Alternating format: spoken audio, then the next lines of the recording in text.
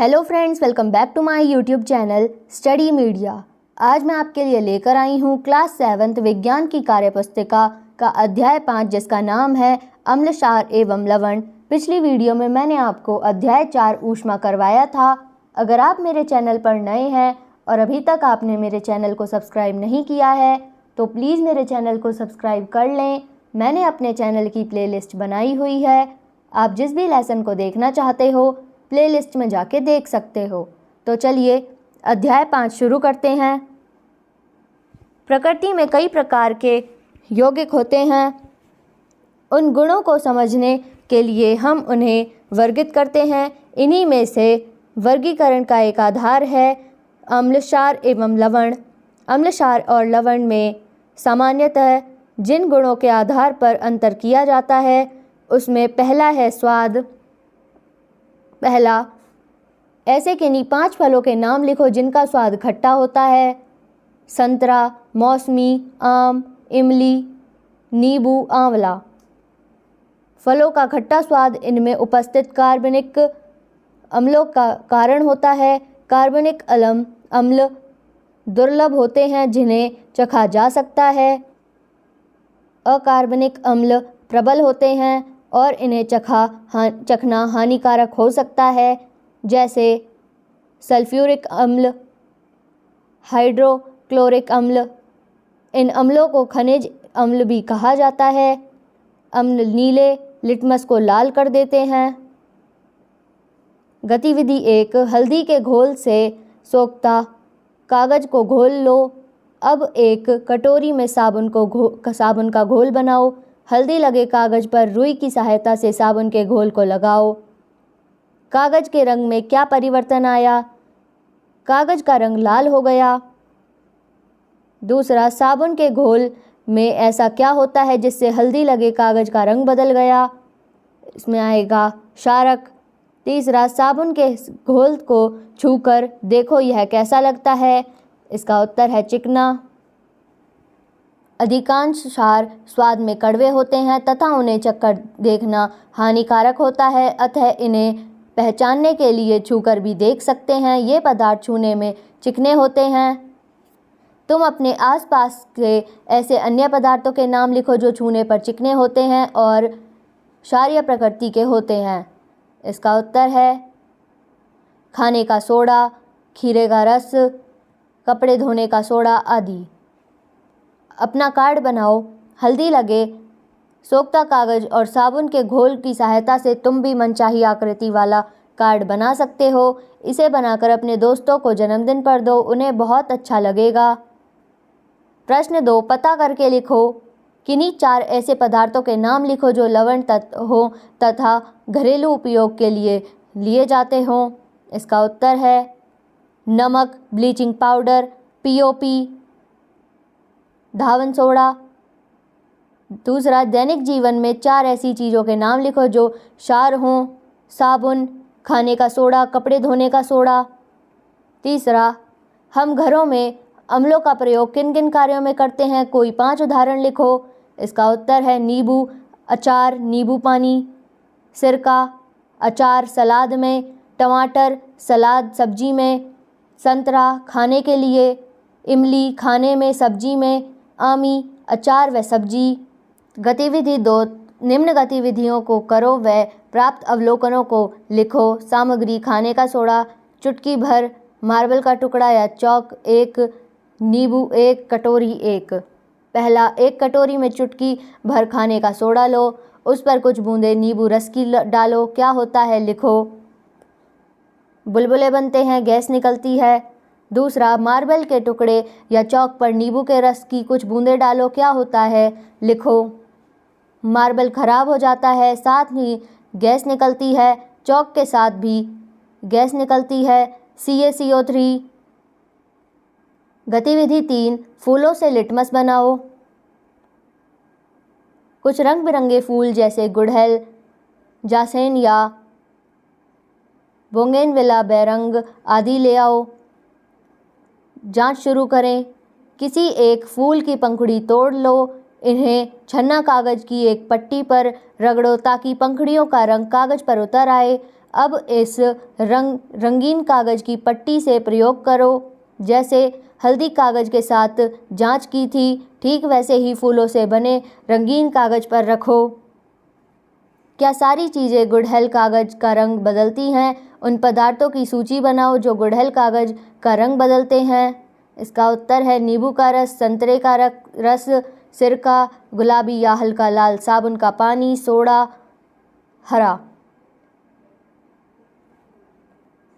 दूसरा, क्या सारी चीज़ें बेशरम कागज़ का रंग बदलती हैं? उन पदार्थों की सूची बनाओ जो बेशरम कागज़ का रंग बदल सकते हैं। इसका उत्तर है अम्ल, क्षारक। तीसरा, क्या सारी चीज़ें बोगनवेलिया कागज़ का रंग बदलती हैं? इसका उत्तर है नहीं। रमेश ने भी यही प्रयोग ढेर सारे फूलों के साथ किया।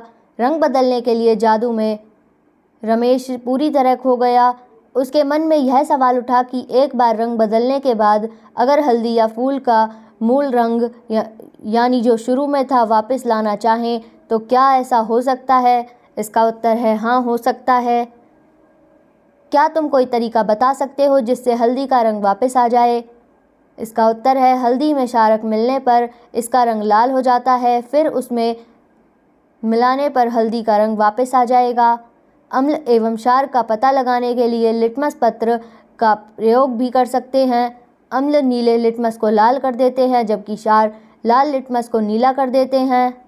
गतिविधि 4, जिस चीज़ की जांच करनी हो उसकी एक बूंद नीले लिटमस के कागज़ पर डालो।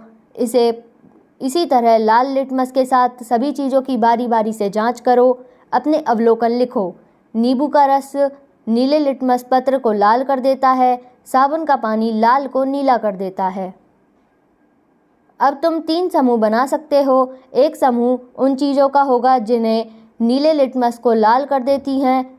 ये सभी चीज़ें अम्लीय होती हैं। दूसरा समूह उन चीज़ों का होगा जो लाल लिटमस को नीला कर देती हैं। ये चीज़ें क्षारीय होती हैं। कुछ चीज़ें ऐसी भी होंगी जिनका किसी भी लिटमस पर कोई असर नहीं होता, यानी लाल लिटमस लाल ही रहता है और नीला लिटमस नीला। ऐसी चीज़ों को उदासीन चीज़ें कहते हैं। उक्त जानकारी का उपयोग करते हुए सारणी में दी गई वस्तुओं का लाल एवं नीला लिटमस की सहायता से अम्ल, क्षार एवं लवण की में वर्गित करो। प्रश्न 3, विलयन। खाने के सोडे का विलयन। लाल लिटमस क्षारीय, नींबू का रस लाल लिटमस अम्लीय, साबुन का पानी नीला क्षारीय, दूध लाल अम्लीय, टमाटर का रस लाल अम्लीय, चूने का पानी नीला क्षारीय, इमली का पानी लाल अम्लीय, नमक का घोल उदासीन। प्रश्न 4, निम्न पदार्थों में से अम्लीय, क्षारीय तथा उदासीन को अलग अलग करके लिखो। नींबू, दही, कपड़े धोने वाला सोडा, नमक, साबुन का घोल, चूने का पानी, फिटकरी, खाने का सोडा, इमली, नारंगी पानी। अम्लीय नींबू, दही, इमली, नारंगी। क्षारीय खाने का सोडा, कपड़े धोने का सोडा, साबुन का घोल, चूने का पानी। उदासीन नमक, पानी, फिटकरी। प्रश्न 5, पदार्थों का उनमें पाए जाने वाले अम्लों के साथ उचित मिलान करो। संतरा, नींबू, इसे मिलाएंगे सिट्रिक अम्ल से। सेब, इसे मिलाएंगे मैलिक अम्ल से।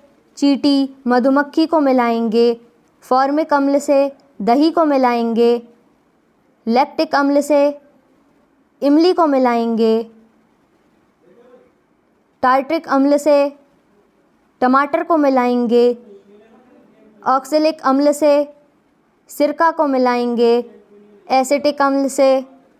प्रश्न 6, पहला, डॉक्टर के पास जाकर पता करो कि हमें एसिडिटी की शिकायत क्यों होती है। इसका उत्तर है हमारे आमाशय में अम्ल की अधिकता होने पर। दूसरा, इसे दूर करने के लिए हमें किस तरह की दवा लेनी चाहिए। क्षारक प्रति अम्ल जैसे मैग्नीशियम हाइड्रोक्साइड। तीसरा, दवा में ऐसा क्या होता है जिससे हमें राहत मिलती है? इसका उत्तर है क्षारक। प्रश्न 7, किसी किसान से पूछो कि यदि उसके खेत की मिट्टी की अम्लीयता या क्षारीयता बढ़ जाती है तो उसका फसल पर क्या प्रभाव पड़ता है? इसका उत्तर है पौधों की वृद्धि अच्छी नहीं होती। दूसरा, मिट्टी की अम्लीयता और क्षारीयता को दूर करने के लिए वह क्या करता है? इसका उत्तर है मृदा अम्लीय होती है तो उसमें बिना बुझा चूना CaO डालते हैं और क्षारीय होती है तो जैव पदार्थ खाद मिलाते हैं। प्रश्न 8, घरों में दही जमाने के लिए मिट्टी या स्टील के बर्तनों का प्रयोग किया जाता है, पीतल या तांबे के बर्तनों का क्यों नहीं? अपने बड़ों से चर्चा करके लिखो। इसका उत्तर है दही में अम्ल होता है जो पीतल या तांबे से क्रिया करके विषैले लवण बनाता है जो हमें नुकसान पहुंचा सकते हैं या हमारे लिए हानिकारक होते हैं। प्रश्न 9, अग्निशमन यंत्र कैसे कार्य करता है? क्या इसमें भी अम्ल एवं क्षार की क्रिया कराई जाती है? शिक्षक से चर्चा करके लिखो। इसका उत्तर है इन यंत्रों में सल्फ्यूरिक अम्ल, सोडियम हाइड्रोजन कार्बोनेट होता है। क्रिया करने पर CO2 गैस बनती है। प्रश्न 10, घरों में पीतल या तांबे के बर्तन अगर काले पड़ जाते हैं तो उन्हें साफ करने के लिए नींबू या छाछ का प्रयोग किया जाता है, ऐसा क्यों करते हैं? बड़ों से चर्चा करके लिखो। इसका उत्तर है पीतल या तांबे को खुला छोड़ने पर उनकी सतह पर कॉपर ऑक्साइड की परत जम जाती है। नींबू में उपस्थित सिट्रिक अम्ल से अभिक्रिया करके यह परत हट जाती है जिससे बर्तन चमकने लगते हैं। प्रश्न 11, घरों में पुताई के काम में उपयोग किए जाने वाले चूने के पानी या सिर्फ पानी के ज़्यादा देर तक संपर्क में रहने पर त्वचा कट फट जाती है, ऐसा क्यों होता है? कारण लिखो। इसका उत्तर है चूने के पानी व सर्फ में क्षारक होता है जो कि अधिक देर तक हमारी त्वचा के संपर्क में रहने से त्वचा को काट देता है। प्रश्न 12, एक पदार्थ जिसके बारे में मालूम नहीं था कि वह अम्लीय है, क्षारीय है या उदासीन है कि 2-2 बूंद लाल लिटमस पर लगाई तो कोई असर नहीं हुआ। इसे देखकर अजय ने कहा कि यह ज़रूर उदासीन है, मगर रोहन का कहना था कि यह अम्लीय भी हो सकता है। ज़रा बताओ कि कैसे पता लगे कि वह पदार्थ अम्लीय है या उदासीन? इसका उत्तर है पदार्थ की 2-3 बूंदें नीले लिटमस पर डालकर भी देखो। यदि उस पर कोई प्रभाव नहीं होता तो वह पदार्थ उदासीन है। यदि नीला लिटमस लाल हो जाता है तो पदार्थ अम्लीय है। प्रश्न 13, तुम्हें 3 घोल दिए गए हैं, एक अम्लीय, एक क्षारीय और एक उदासीन, साथ में नीला लिटमस कागज़ दिया गया है। तुम कैसे पता लगाओगे कि कौन सा घोल कैसा है? समझ कर लिखो। इसका उत्तर है नीला लिटमस कागज़ लाल हो जाता है तो अम्ल, अन्य के लिए हम लाल लिटमस कागज़ की आवश्यकता नहीं होगी। प्रश्न 14, एक घोल का हल्दी कागज़ पर कोई असर नहीं होता है। इसके आधार पर बताओ कि नीचे के वाक्यों में कौन सा सही है? वह घोल अम्लीय है, वह घोल क्षारीय है, वह घोल उदासीन है, वह घोल नमकीन है। तो इसमें दूसरा गलत है, बाकी सारे सही हैं। क्या तुम अनुमान से बता सकते हो कि लाल लिटमस पर इस घोल का क्या असर होगा? इसका उत्तर है कुछ भी असर नहीं होगा। प्रश्न 15, अम्लीय वर्षा के कारणों का पता लगाइए तथा इनके हानिकारक प्रभावों को लिखो। वायु में हानिकारक गैसें जैसे सल्फर डाइऑक्साइड तथा नाइट्रोजन डाइऑक्साइड जैसे वायु में उपस्थित जलवाष्प से अभिक्रिया करके सल्फ्यूरिक अम्ल व नाइट्रिक अम्ल बनती है। वह उसके साथ पृथ्वी पर बरसती है। इसे अम्लीय वर्षा कहते हैं। हानिकारक प्रभाव, संगमरमर का संरक्षण होता है, मिट्टी व पौधों को नुकसान पहुंचाती है। तो यहाँ पे वीडियो ख़त्म होती है। अगली वीडियो में मैं आपको अध्याय 6 भौतिक एवं रासायनिक परिवर्तन करवाऊंगी। ये वीडियो आपको कैसी लगी मुझे कमेंट करके ज़रूर बताएं। वीडियो को लाइक करें, शेयर करें और चैनल को सब्सक्राइब करना ना भूलें। Thank you.